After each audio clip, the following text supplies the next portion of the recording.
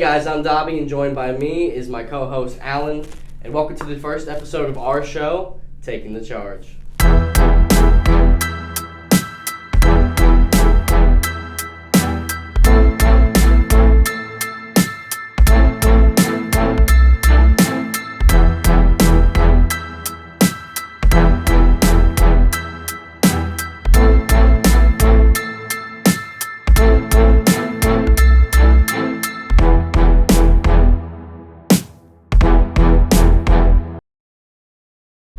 So before we get into our first episode and give our weekly recap, Alan, would you like to tell the viewers a little bit about yourself?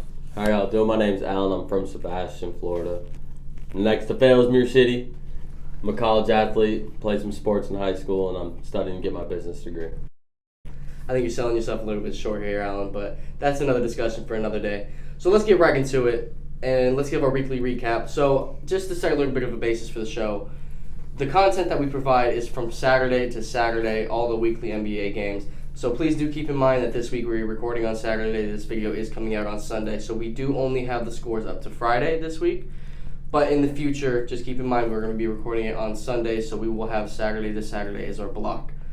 So again, let's go ahead and look back at the games that were starting at last Saturday. So Alan, tell us about the first game that really stood out. And then on top of that, the best performers from that night. The first game on Saturday was the Lakers and the Pistons. In double overtime, the Lakers got the win, led by LeBron James, of course, the GOAT. We already know about him, but, yep. Yeah, no, other than that, I think the best night by far and away was Steph Curry having the stat line of 57, 2 and 5. However, he did lose the game to Luka Doncic, who also put up 42, 7 and 11. So really great battle between those two guys. I mean, Steph Curry just looking like he's back in his MVP form. He's the best point guard in the league. He's been it for years. I think they don't give enough credit for what he does for the team. He keeps that team together. He keeps them rallying. Even when they don't win, you see him put up big numbers because he's giving everything out on the court to try to get a win. Yep. Not a lot of great games from Sunday's slate, but the game that really stuck out to me was the Hornets' absolute beatdown of the Wizards, continuing to just keep adding on to what's been an absolute horrible season for the Wizards. They just can't seem to get it together. Yeah, if you can't have anyone on that team drop more than 20 points, like all you have is Bradley. That's the basis of the story. No one else can perform on that team. Russ isn't doing his job like he needs to be doing. Bradley Beal's him. I absolutely agree. The best performer, I think, though, Sunday night was De'Aaron Fox in a win where he had 36 points, shot 60% from the field, had 4 rebounds and 7 assists. Fox has been on a tear lately. Muy caliente. He's very hot. Very good. He's so good. He's a great young player. Him and John Morant, they're the next generation of point guards coming to the NBA, though. Really exciting players. So Monday night would be the second straight overtime games by the Lakers and another double overtime matchup, this time against the Thunder.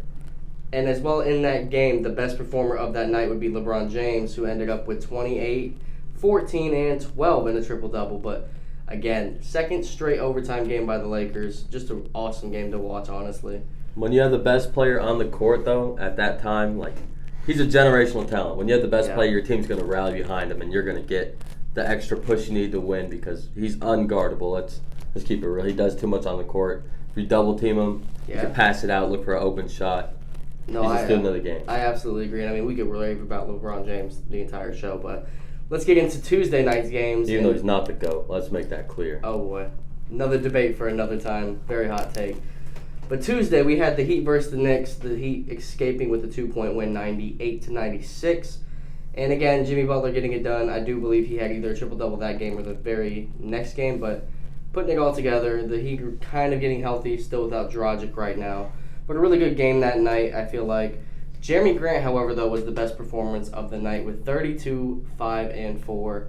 He's pretty good player by this point. He was really good with the Nuggets, and he's really kind of coming to his own now on the Pistons, who have been pretty competitive lately. Yeah, Jeremy Grant, he's a great young player, but another topic on that Heat game, that's 2 young teams, essentially. You got R.J. Barrett and Julius Randle. We're still entering their primes and really young players on that team. And on the other side, you have the Heat with Tyler Hero, Kendrick Nunn. And they have a lot of young pieces that are going to develop. And I feel like further along in the future, as the season progresses more, they're going to both be a lot better. And may see some crazy playoffs this year. No, absolutely. So going into Wednesday's slate of games, and man, third straight overtime with the Lakers, once again going up against the Thunder.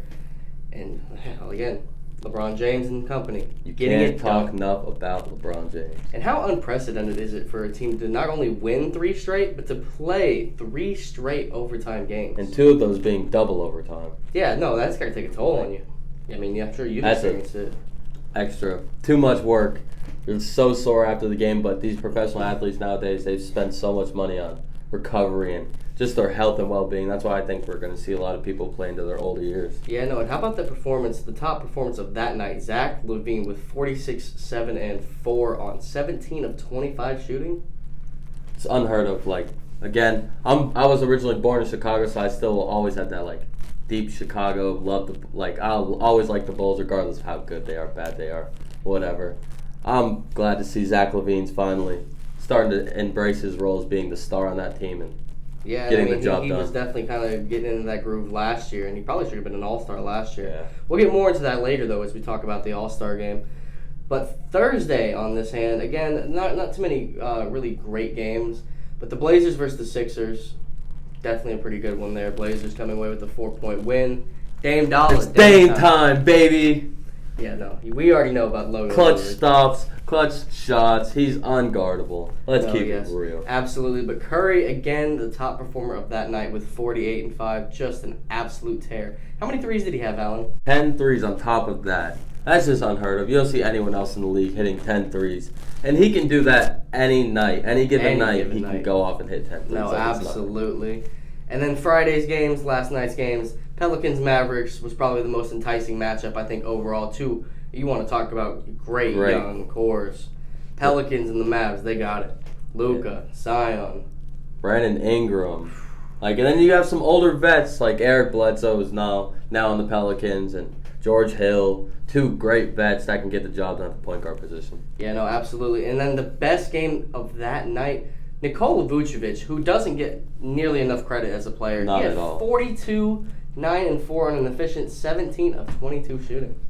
I think he's the most underrated center in the league. He's an older type center. He's a back to the basket type guy. He's going to post you up, be a big body, but he can hit the mid-range shot, and he plays great defense. He's got a 3-ball, too. Yeah, he did develop a 3-ball.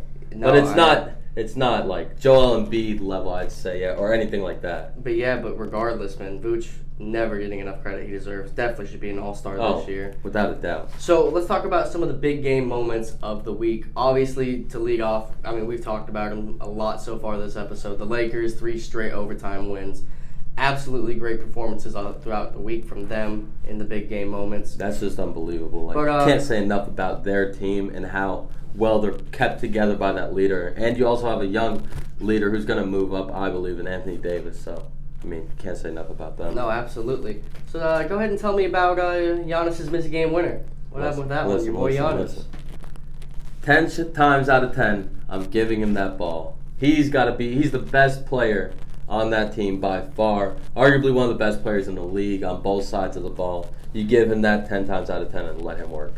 I mean, I agree with that, but Giannis shooting the ball has not been great this year. He's shooting, I think, in the 20%, 5 feet away from the basket. That's another discussion for another time, too, though. But when you're 7'2", you don't have to run and dunk, man. Hey, he can run and dunk and still win MVP. I hear you, but that will definitely be one of the missed big game moments of this week. And then there was Draymond Green with 8 seconds left on the clock. Bum! Decides to go ahead and take a prayer of a 3 that was so rushed, uncalled for. And I understand it from the standpoint of he was trying to draw the foul. He thought he was going to get it, but come on. You have Steph Curry right there on the court. The greatest shooter of all time on the same court as you. And you decide to make a stupid boneheaded play like that? Definitely a Shaq-full moment right there for that. And he's not even a great free throw shooter. No, there was no guarantee there either. But a big shout out to Karl Anthony Towns and his return to the court this week. Man, just the things that he's had to go through with COVID, losing so many family members and those close to him, and then catching it himself. It was just very heartwarming to see Cat get back on the court and do that. I was really, emotional about that. It was really nice to see. Yeah, definitely. Cat, I love everything about him. I've liked him since he's got drafted. He's just a great guy on and off the court. He's always a professional in the way he moves and that type of stuff. And just to see him back to where he should have been last year, but you know about that. Yeah, no, absolutely. And Great. then, another storyline this week was LaMelo, getting into that starting lineup. He's performed pretty damn well in He's there. the best rookie in the league. No, yeah, easy. Hands down. There's no debate. So, Alan, go ahead and tell us about what Kobe White and Zach LaVine did this week, making NBA history. The Bulls duo hit 8 3-pointers each, which adds up to 48 points. 48 points you just don't see out of even a lot of duos like the bigger duos in the league. And Kobe White's just coming off the bench with the new injuries to the Bulls. So, I mean, he stepped up and performed, definitely. No, yeah, absolutely great duo performance there. And then to cap off the big game moments of the week, Sadiq Bey on Friday night dropping 30 off the bench. What a player he's become. There wasn't a lot of talk about him out of college, and he didn't go straight into a starting lineup or anything like that. He's coming off the bench and dropping 30. You don't see that. Especially it wasn't like a blowout game. It was a close game. Yeah, no, absolutely. So tell us about the injuries of this week, Alan. So the new injuries, Kyrie got hurt.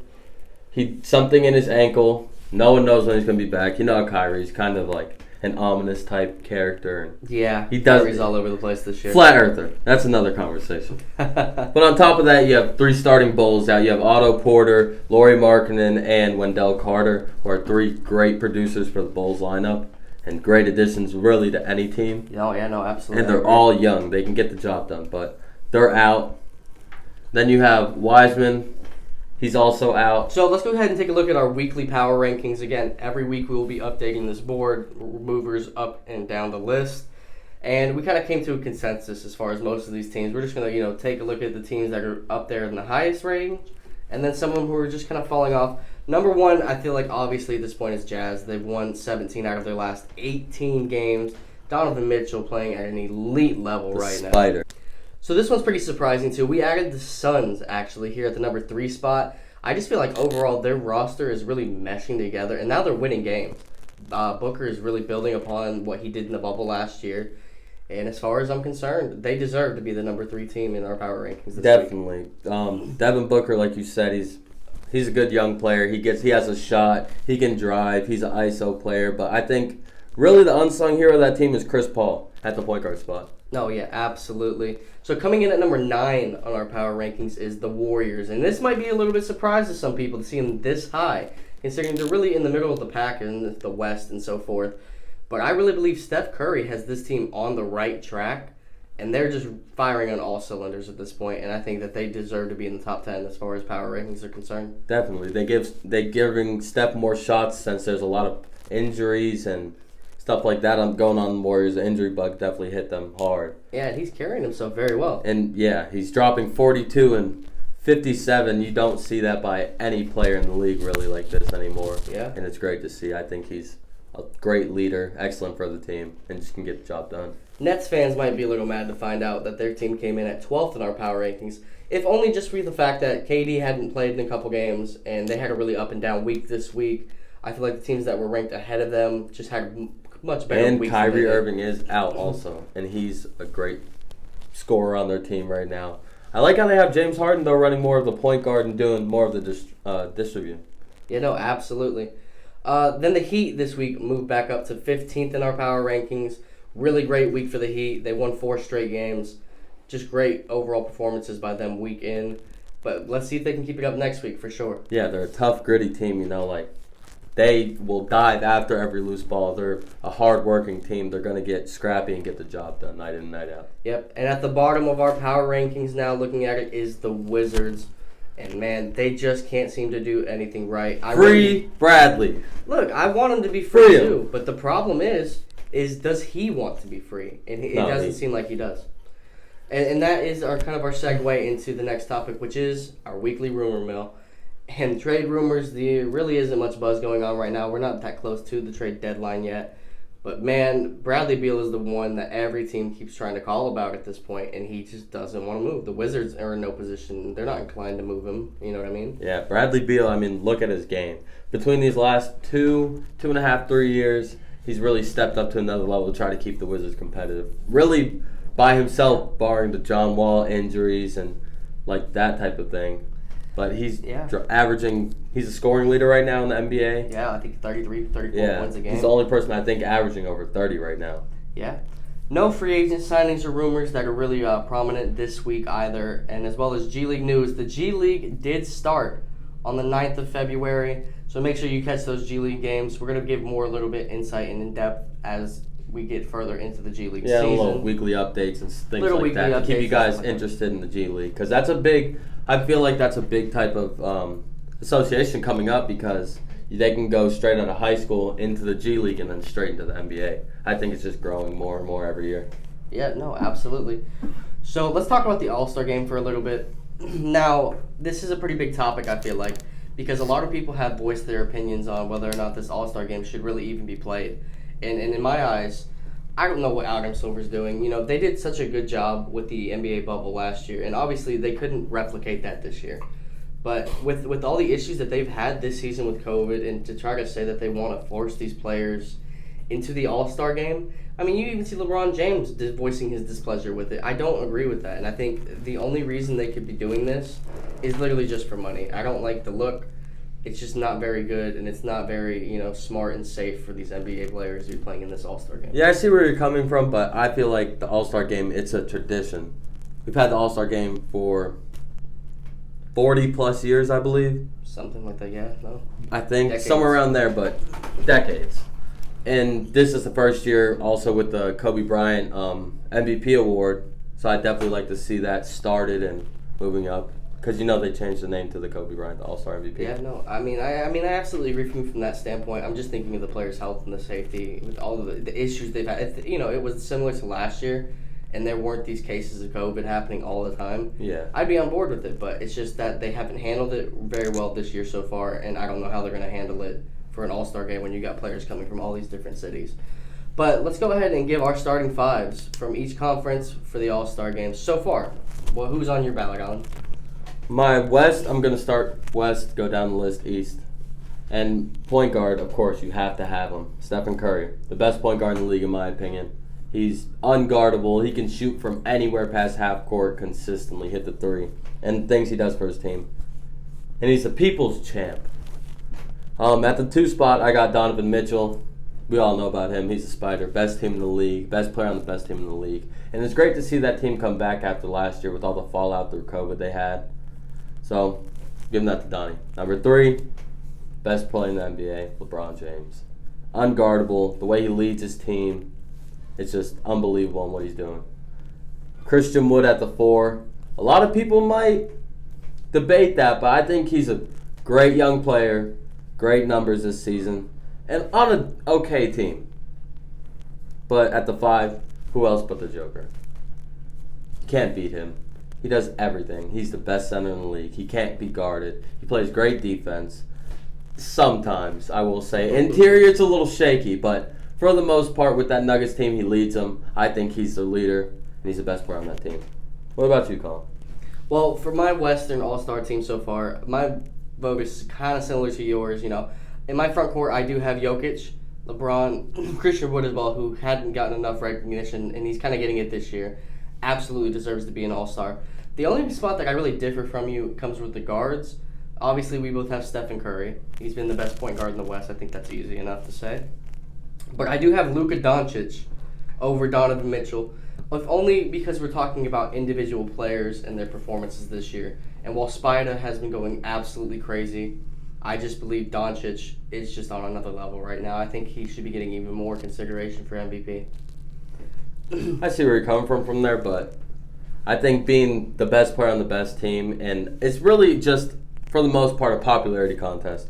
So kicking it over to the East, as far as my front court players go, at the center position, I have who might be the number 1 MVP candidate right now in Joel Embiid. As far as that is concerned, I also have Giannis, and then I have KD as well. Giannis at the 4, KD obviously at the small forward position. And it looks pretty strong over there in the East. At the guard spots, though, however, I have Beal, who's been the leading scorer this year and is obviously one of the best all-around players, even though he is on the worst team in the NBA. And then I have Zach LaVine, who we talked about a little bit earlier in the show. He's been on fire lately, and again, he really deserves the recognition, and he probably should deserve that starting guard spot. No, definitely. What he's doing for the Bulls right now, he's leading them. He's kind of like the Curry to the Warriors right now, especially with the 3 injuries that he's dealing with. He's putting up great numbers. Him and Kobe White, I will say. Him and Kobe White are putting up great numbers, and they're starting to win a couple games here and there, and they're putting themselves together real nice. So who do you have in the East, Alan? In the East, I got Zach LaVine, number 1. Love it. Love everything he's doing for that team. I can't stress that enough. At the 2, Bradley Beal, even though he's on the worst team, because he's a great shooter, he plays good defense, and he still finds a way to get wins here and there, even though they're not doing too well. But he's also leading the league in scoring. At the 3, same thing, KD. He's the greatest scorer of all time, in my opinion. He can shoot, drive, do all of it. And everyone loves them some KD. At the 4, my favorite personal player, the Greek freak, Giannis Antetokounmpo. He's, I think, the best all-around, or best, I'll say, scorer and unstoppable person in the league there is right now. He's kind of like the Shaq, in my opinion, but coming into the Lakers Shaq type era. Yes, I agree. Run and dunk, man. Gets the job done. Run and dunk, man. He gets the job done, though. And he plays great defense, I will say. His defense is phenomenal. Yeah, absolutely. And then at the 5, arguably the MVP up to this game right now, Joel Embiid. Yeah, he does everything for that team. Him and Ben Simmons are looking great again. Yeah, easily enough. So after we're done talking about the All-Star game, let's close out here with our weekly preview and tell you about what's upcoming this week, what to look out for, what players to watch. So, Alan, go ahead and tell us what the first game on the slate is coming Saturday. So, on Saturday, you have the Nets and the Warriors. You have KD on one side, Curry on the other. And they're back in the Bay where KD just got done, finished up playing last season. Yeah, and Kyrie is back for this game, too. Oh, Kyrie's back? Kyrie is back for this Oh, game. They man. will have all 3 of the big 3 out there now. So, I think Curry's going to have to drop at least 50 for them to get the win right there. Yeah, no, it's going to be at a very least interesting 50. game. So Sunday, then we have the Lakers versus the Nuggets, arguably 2 top 4 teams in the West, going head-to-head right there. It's going to be a nice showdown. I love the Nuggets. I think they're a great team. I love everything about Bol. Even though he's not playing a lot, something about the kid. Just kept got about MPJ. I love MPJ. Mizzou native. I went to college in Missouri. If anyone knows about basketball in Missouri, you can talk to anyone. They know who MPJ is. Absolutely. Looking ahead to Monday, you got the 76ers versus the Jazz in the primetime slot. Tell us about that one. Ben Simmons, Joel Embiid. Then you got the best team in the West. The best team in the NBA, I'm sorry. Yeah, period. And Donovan Mitchell, and you have a great defensive center, Rudy Gobert. So, I feel like that's going to be a great game. It's going to end up being, can Ben Simmons stop Donovan Mitchell from doing what he wants? Yep. Tuesday, then, we have Denver versus Boston. Again, Denver getting into the action versus Jason Tatum, Jaylen Brown, and the Boston Celtics. I believe right now that Denver has the most complete team. Depth is there. They have the stars. They have the scores. They have the defensive players. They got everything. Yeah. But on the other hand, you do have Boston with Jason Tatum. He's arguably top 5 player in the league this year. No, yeah, absolutely. Then looking ahead, the very next day, we got the Jazz versus the Clippers Wednesday night. And man, talk about the best team in the West versus another top 3 team over there with Kawhi Leonard. Hopefully Paul George gets back in time, and that one could be a very nice matchup. Definitely hoping Paul George is there. I haven't seen a lot of good things from you, Paul George. I don't appreciate it. Thursday night, Lakers versus Nets. Anthony Davis, LeBron versus the big 3 out there in Brooklyn. That should be an epic showdown. Oh, definitely.